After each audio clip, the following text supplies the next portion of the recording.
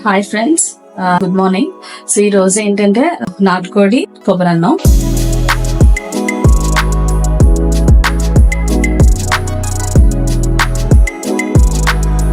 First కొబ్బరన్నం చేసుకుందాం, తర్వాత నాటుకోడి కర్రీ కూడా ఎలా చేయాలని నేను చూపిస్తాను. సో కోకోనట్ రైస్ ఏంటంటే మాది నా స్టైల్ వేరు. సో మరి ఆల్మోస్ట్ అందరూ అదే ఫాలో అవుతున్నారు లేదో నాకు తెలియదు.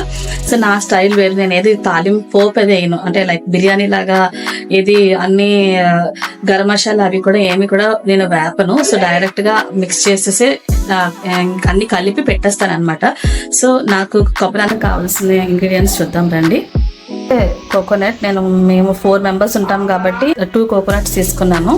అండ్ ఏంటంటే దాల్చిన చెక్క, ఇలాచి, లవంగా తీసుకున్నాను. అండ్ పసుపు, సో సాల్ట్ తీసుకోవాలి.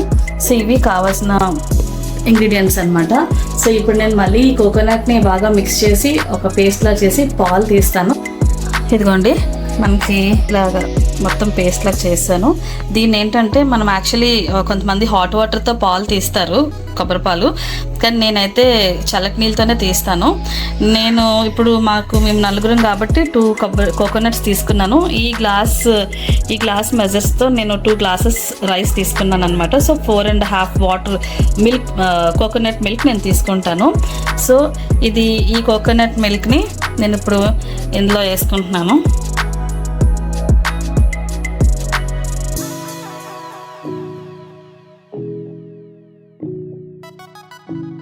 వాటర్ వేసుకుంటున్నాను, అన్నీ చల్లటి నీళ్ళే వేసుకుంటున్నాను. వేసుకున్న తర్వాత మనకి కరెక్ట్గా ఆ గ్లాస్తో 4.5 మిల్క్ వచ్చేస్తే ఓకే. లేదు అనుకోండి, మళ్ళీ మనం ఏం చేయాలంటే అదే మనం స్ట్రెయిన్ చేశాక ఆ కొబ్బరి కూరైతే ఉందో దాన్ని మళ్ళీ మిక్సీలో వేసి కొంచెం వాటర్ వేసి మళ్ళీ ఒకసారి మిక్సీ పట్టిస్తే మళ్ళీ అందులో కొంచెం వాటర్ వేస్తే మళ్ళీ మనకి పాలు చిక్కగా వస్తాయి. ఓకేనా? ఇదొక స్మాల్ టిప్. నెక్స్ట్ ఏమో ఇప్పుడు మనం ఈ పాల్ని, ఈ కోకోనట్ మిల్క్ని స్ట్రెయిన్ చేసుకుందాం. స్ట్రెయిన్ చేసుకొని ఎన్ని గ్లాస్ వాటర్ వస్తుందో నేను మీకు మళ్ళీ చూపిస్తాను.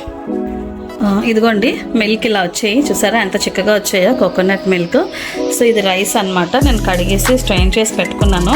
ఇప్పుడు ఈ గ్లాస్తో మనం మెజోండి ఈ మిల్క్ని ఇప్పుడు నేను 4 గ్లాసెస్ తీసుకుంటున్నాను. ఇదిగోండి, రైస్లో నేను మిల్క్ వేస్తాను. నాకు కావాల్సిన సేమ్ నేను ఏదైతే మీకు చెప్పాను కదా 4.5 వాటర్ వచ్చింది, మిల్క్ వచ్చింది, మిల్క్ని నేను కరెక్ట్గానే వేస్తాను. నాకు కరెక్ట్గా అలా మిల్క్ సరిపోయింది. సో ఇప్పుడు మనం ఇందులో ఏమేమి యాడ్ చేసుకుందామో చెప్తాను. నేను ఇందాక మీకు మెయిన్ ఇంగ్రీడియంట్ చెప్పలేదండి, నెయ్యి కూడా కావాలి మనకి, గీ కూడా కావాలి. గీ వేస్తే కొంచెం బాగుంటుంది, టేస్ట్ చాలా బాగుంటుంది. ఇప్పుడు మనకు కావాల్సినవి ఏంటంటే ఫస్ట్ స్పైసెస్ తీసుకుందాం. దాల్చిన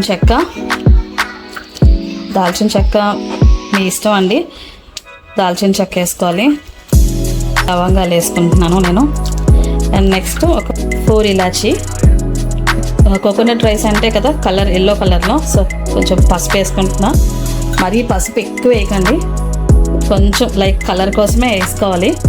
అండ్ నెక్స్ట్ ఏంటంటే సరిపడా సాల్ట్, మనకి ఎంత సాల్ట్ కావాలో చూసుకొని వేసుకోవాలి. అండ్ ఇక్కడ మెయిన్ చెప్పాను కదా అసలైన ఇంగ్రీడియంట్ ఏంటంటే గీ యాడ్ చేసుకోవాలి, అది మీ ఇష్టం. కొంచెం ఆయిల్ కూడా యాడ్ చేసుకోవాలి. గీ కొంచెమే వేసాము కాబట్టి కొంచెం ఆయిల్ కూడా యాడ్ చేసుకున్నాం కదా. సో ఒకసారి దీన్ని మనం కలిపేసి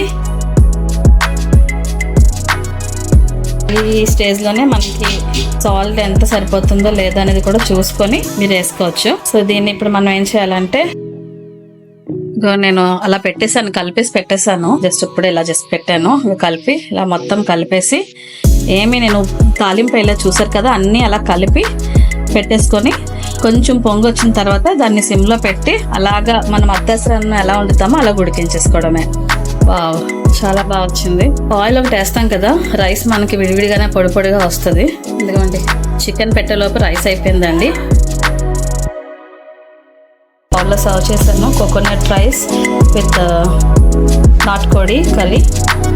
ఓకే, సో మీరు కూడా ఇలా ట్రై చేయండి. నేనైతే ఇక్కడ మేము రైతా యూజ్ చేయను నేను కోకోనట్ రైస్కి, మీరు కావాలంటే అది మీరు కలుపుకోవచ్చు. ఈ వీడియోలో కోకోనట్ రైస్ ఎలా చేయాలో మీకు చూపించాను కదా, నెక్స్ట్ వీడియోలో నాటుకోడి కర్రీ ఎలా చేయాలో మీకు చూపిస్తాను.